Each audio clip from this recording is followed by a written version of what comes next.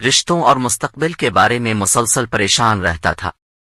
وہ کہتا تھا کہ میں صرف اس دن خوش ہوں گا جب مجھے اچھی جاب ملے گی، جب لوگ میری قدر کریں گے۔ لیکن جب اس نے اپنی توجہ لمحہ حال پر رکھنا شروع کی اور ہر لمحے میں صرف وہی کیا جو سامنے تھا، بغیر شکایت، بغیر توقع، تو اسے ایک اندرونی اطمینان ملا جو پہلے کبھی محسوس نہیں ہوا تھا۔ ایکہارٹ ٹل کہتے ہیں کہ اصل سکون تب ملتا ہے جب ہم لمحہ حال کی مزاحمت چھوڑ دیتے ہیں، جب ہم کسی حالت کو برا یا اچھا کہنے کے بجائے اسے بس قبول کر لیتے ہیں جیسے وہ ہے۔ یہی ایکسپٹنس ہمیں اس گہرے سکون تک لے جاتی ہے جو وقتی خوشی سے کہیں زیادہ گہرا، خاموش اور پائیدار ہوتا ہے۔ ایک عورت کی مثال دی گئی ہے جو کئی سالوں سے بیماری میں مبتلا تھی۔ اس نے ہر ممکن علاج کرایا لیکن آرام نہ آیا۔ جب اس نے دا پاور آف ناؤ کے فلسفے پر عمل کیا، یعنی اپنے درد کو برا بھلا کہنے کے بجائے صرف اسے محسوس کیا بغیر مزاحمت کے، تو اس نے اپنی حالت کے اندر ایک عجیب طرح کا سکون محسوس کیا۔ وہ بیماری ختم تو نہ ہوئی لیکن اس کا دکھ کم ہو گیا اور اس کے اندر ایک نئی توانائی آ گئی۔ مصنف کہتے ہیں، peace is not the absence of sadness اور difficulty, peace is the presence of stillness within. یعنی سکون کا مطلب یہ نہیں کہ غم اور مشکلات نہ ہوں، بلکہ یہ ہے کہ ان کے بیچ بھی آپ کے اندر خاموشی باقی رہے۔ یہ باب ہمیں سکھاتا ہے کہ خوشی ایک کیفیت ہے اور سکون ایک حالت۔ خوشی آتی جاتی ہے، لیکن اگر ہم اپنی توجہ صرف لمحہ حال پر مرکوز کر لیں اور جو بھی ہے اسے مکمل قبول کر لیں، تو ہمیں ایک ایسی پیس ملتی ہے جو حالات سے آزاد ہے۔ اب ہم دا پاور آف ناؤ کا باب نمبر 10 زندگی کا مطلب مکمل طور پر لمحہ حال میں ہے شروع کرتے ہیں۔ یہ باب انسان کے اس بنیادی سوال پر روشنی ڈالتا ہے جس نے ہر زمانے میں دلوں کو بے چین رکھا، میری زندگی کا اصل مطلب کیا ہے؟ ایکہارٹ ٹل کہتے ہیں کہ اکثر لوگ اپنی زندگی کے مطلب کو مستقبل میں تلاش کرتے ہیں۔ وہ سوچتے ہیں کہ ایک دن جب ان کا خواب پورا ہوگا، جب وہ کامیاب ہوں گے، جب انہیں کوئی خاص مقام اور شخص ملے گا، تب جا کے زندگی کا مطلب ظاہر ہوگا۔ لیکن حقیقت یہ ہے کہ زندگی کا مطلب کسی ایک دن میں نہیں چھپا، بلکہ صرف اور صرف اس لمحے میں موجود ہے۔ مصنف سمجھاتے ہیں کہ زندگی کوئی ایسی چیز نہیں جسے ہم مستقبل میں حاصل کریں گے، بلکہ یہ ایک بہتا ہوا دریا ہے جو ابھی ہمارے ہاتھ میں ہے۔ اگر ہم اس بہاؤ سے غافل ہو جائیں، اگر ہم مسلسل ماضی پر پچھتاتے رہیں یا مستقبل کے بارے میں فکر مند رہیں، تو ہم اصل زندگی کو کھو دیتے ہیں، اور یہی اصل المیہ ہے۔ کتاب میں ایک استاد کی مثال دی گئی ہے جو ہمیشہ اپنے شاگردوں کو یہ سکھاتا تھا کہ وہ خوشی کا راز کامیابی میں ہے، لیکن جب وہ ریٹائر ہوا اور سب کچھ چھوڑ کر تنہا ہو گیا، تب جا کے اسے احساس ہوا کہ اصل خوشی تو ان لمحوں میں تھی جو وہ شاگردوں کے ساتھ گزر رہا تھا، نہ کہ ان کے نتیجے میں۔ ایکہارٹ ٹل ایک اور جملہ بیان کرتے ہیں جو دل کو چھو لیتا ہے، don't chase life's meaning in time. The now is the only place life truly exists. یعنی زندگی کے مطلب کو وقت کے اندر نہ تلاش کرو، کیونکہ اصل زندگی صرف ابھی میں موجود ہے۔ ایک اور مثال ایک مصور کی ہے جو اپنے فن میں ہر وقت کھویا رہتا تھا۔ جب اس سے پوچھا گیا کہ تم کیوں پینٹ کرتے ہو، تو اس نے کہا، کیونکہ جب میں رنگوں میں مصروف ہوتا ہوں تو وقت راک جاتا ہے، خیالات تھم جاتے ہیں، اور بس ایک سکون ہوتا ہے، یہی لمحہ، یہی تصویر زندگی کا اصل مطلب ہے۔ مصنف سمجھاتے ہیں کہ ہر لمحہ، چاہے وہ خوشی کا ہو یا غم کا، اپنے اندر ایک دروازہ رکھتا ہے۔ اگر ہم اس لمحے کو مکمل قبول کر لیں تو وہ دروازہ ہمیں زندگی کے اصل ذائقے سے روشناس کراتا ہے۔ یہ باب ہمیں یاد دلاتا ہے کہ ہم کسی عظیم مقصد کے انتظار میں اپنی زندگی کو ضائع نہ کریں، کیونکہ عظمت صرف تب پیدا ہوتی ہے جب ہم جو کچھ بھی کر رہے ہیں اسے پوری موجودگی کے ساتھ کریں، چاہے وہ کوئی معمولی سا کام ہو جیسے پانی پینا یا کسی سے بات کرنا۔ اگر ہم اسے بیداری سے کریں تو وہی عمل مقدس بن جاتا ہے۔ مصنف کہتے ہیں، your outer purpose may change but your inner purpose is always the same, to be fully present. یعنی آپ کا بیرونی مقصد وقت کے ساتھ بدلتا رہتا ہے، لیکن اندرونی مقصد ہمیشہ ایک ہی رہتا ہے، مکمل طور پر موجود رہنا۔ اب ہم دا پاور آف ناؤ کا باب نمبر 11 لمحہ حال کا دروازہ مکمل سکون کی طرف کھلتا ہے شروع کرتے ہیں۔ یہ باب ایک روحانی دعوت ہے، ایسی دعوت جو انسان کو اس جگہ لے جاتی ہے جہاں نہ فکر ہے، نہ خوف، نہ خواہش، نہ مایوسی، صرف خاموشی ہے، سکون ہے، مکمل آزادی ہے۔ ایکہارٹ ٹل کہتے ہیں کہ جب ہم مکمل طور پر لمحہ حال میں موجود ہوتے ہیں تو ایسا محسوس ہوتا ہے جیسے وقت رک گیا ہو، ذہن کے خیالات پیچھے ہٹ جاتے ہیں، دل بیدار ہو جاتا ہے اور ایک اندرونی روشنی جاگ اٹھتی ہے۔ مصنف اسے انر پیس بیانڈ انڈرسٹینڈنگ کہتے ہیں، ایسا سکون جو الفاظ سے باہر ہے لیکن جسے ہر انسان اپنے اندر محسوس کر سکتا ہے۔ وہ مثال دیتے ہیں ایک خاتون کی جو برسوں تک ڈپریشن میں مبتلا رہی۔ وہ کہتی تھی کہ اس کی زندگی بے رنگ ہو چکی ہے اور ہر صبح ایک بوجھ لگتی ہے، لیکن جب اس نے دا پاور آف ناؤ کے پیغام کو اپنی زندگی میں اتارا تو اس نے روزمرہ کے کاموں میں ایک نئی گہرائی محسوس کی۔ جیسے ہی وہ برتن دھوتی، چلتی، سانس لیتی، وہ بس ہوتی تھی، اور بس وہی موجودگی اس کے دکھوں کو آہستہ آہستہ گھلا گئی۔ ایکہارٹ ٹل ہمیں بار بار یاد دلاتے ہیں کہ سکون کوئی ایسی چیز نہیں جو ہمیں ملے گی، بلکہ سکون وہ حالت ہے جو ہم پہلے ہی اندر رکھتے ہیں لیکن ہم اسے مستقبل کی تلاش، ماضی کے دکھ، ذہن کی گونج میں کھو دیتے ہیں۔ ایک اور مثال ایک نوجوان کی ہے جو میڈیٹیشن سیکھنے کے لیے پہاڑوں میں چلا گیا۔ کئی سال وہ خاموشی سے بیٹھا رہا لیکن پھر بھی بے چینی باقی تھی۔ آخرکار جب اس نے یہ جانا کہ میں جس سکون کو باہر ڈھونڈ رہا ہوں وہ تو میرے اندر ہے، ابھی اسی لمحے میں، تب اس نے پہلی بار پرسکون موجودگی کا ذائقہ چکھا۔ وہ سکون مراقبے سے نہیں بلکہ ایک کامل قبولیت اس سے آئے۔ مصنف کہتے ہیں The door to peace is always open but we keep knocking on the past or future۔ یعنی سکون کا دروازہ ہمیشہ کھلا ہوتا ہے لیکن ہم ماضی یا مستقبل کے دروازوں پر دستک دیتے رہتے ہیں۔ یہ باب ہمیں دعوت دیتا ہے کہ ہم لمحہ حال کو صرف برداشت نہ کریں بلکہ اسے مکمل اپنائیں۔ اگر ہم جو کچھ ہو رہا ہے اسے برا بھلا کہے بغیر قبول کرنا سیکھ لیں تو ہمیں ایک ایسا انر سٹلنس حاصل ہوتا ہے جو کسی بھی طوفان میں ہمیں ہلنے نہیں دیتا۔ مصنف آخر میں کہتے ہیں کہ یہ سکون کوئی خیال نہیں، یہ ایک جینے کا انداز ہے۔ جب ہم ہر لمحے کو اس کے اپنے کمال میں قبول کرتے ہیں تو زندگی خود ایک عبادت بن جاتی ہے۔ اب ہم دا پاور آف ناؤ کے اختتامی حصہ سوال و جواب کی طرف بڑھتے ہیں۔ یہ حصہ اس کتاب کا دل ہے کیونکہ اس میں ایکہارٹ ٹل نے عام لوگوں کے ان سوالوں کے جوابات دیے ہیں جو ہر انسان کے دل میں پیدا ہوتے ہیں جب وہ روحانیت، بیداری، سکون اور موجودگی کے سفر پر نکلتا ہے۔ ایک شخص سوال کرتا ہے، اگر لمحہ حال میں رہنا اتنا اہم ہے تو کیا ہم اپنی زندگی کے مقاصد چھوڑ دیں؟ مصنف بہت خوبصورتی سے جواب دیتے ہیں، بالکل نہیں۔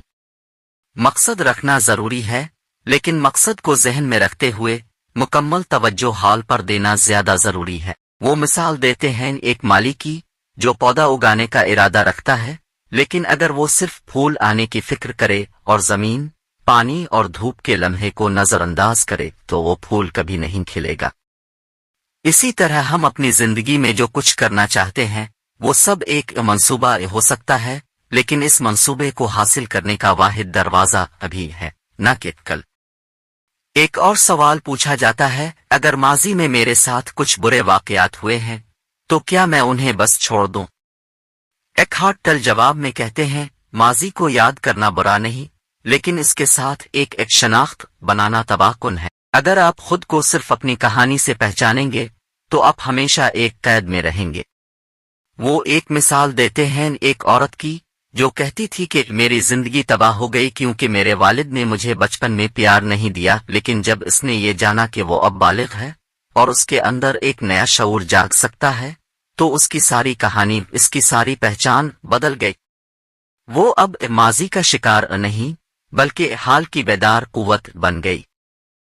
ایک نوجوان پوچھتا ہے، میں مسلسل سوچوں میں گم رہتا ہوں، یہ کیسے روکا جائے؟ مصنف کہتے ہیں، آپ کو خیالات کو روکنے کی کوشش نہیں کرنی، آپ کو صرف انہیں مشاہدہ کرنا ہے۔ جیسے ہی آپ اپنے خیالات کو ایک فاصلے سے دیکھتے ہیں وہ خود بخود خاموش ہو جاتے ہیں۔ وہ ایک خوبصورت جملہ کہتے ہیں،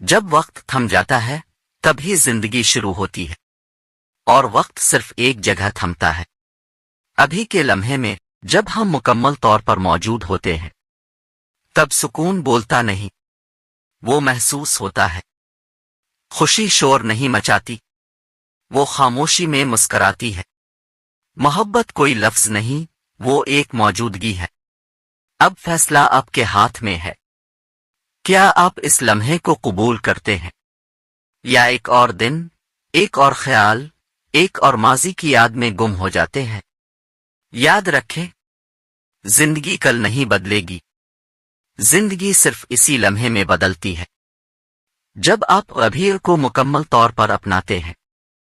اگر آج کی باتوں نے آپ کے اندر کوئی چنگاری جلائی ہے تو اسے بجھنے نہ دیں، کیونکہ ایک سوچ، ایک کتاب اور ایک لمحہ ہی کافی ہوتا ہے زندگی بدلنے کے لیے۔ بکس دیٹ چینج لائف وہ جگہ ہے جہاں ہم ہر ہفتے ایسی کتابوں کو آواز دیتے ہیں جو آپ کے اندر چھپے ممکنات کو جگاتی ہے۔ یہ صرف الفاظ نہیں، یہ وہ طاقت ہے جو آپ کو آگے بڑھنے کا حوصلہ دیتی ہے، جو آپ کو بتاتی ہے کہ آپ تنہا نہیں ہیں، آپ کے اندر ایک دنیا چھپی ہے۔ اگر آپ اپنی سوچ کو بدلنا چاہتے ہیں، اپنی زندگی کو نئی سمت دینا چاہتے ہیں، تو ابھی چینل سبسکرائب کریں اور ہر ہفتے ہمارے ساتھ شامل ہوں، ایک ایسے سفر پر جہاں کتابیں صرف پڑھی نہیں جاتی، جیتی جاتی ہیں۔ بکس دیٹ چینج لائف، یہاں ہر صفحہ آپ کے خوابوں کی طرف ایک قدم ہے۔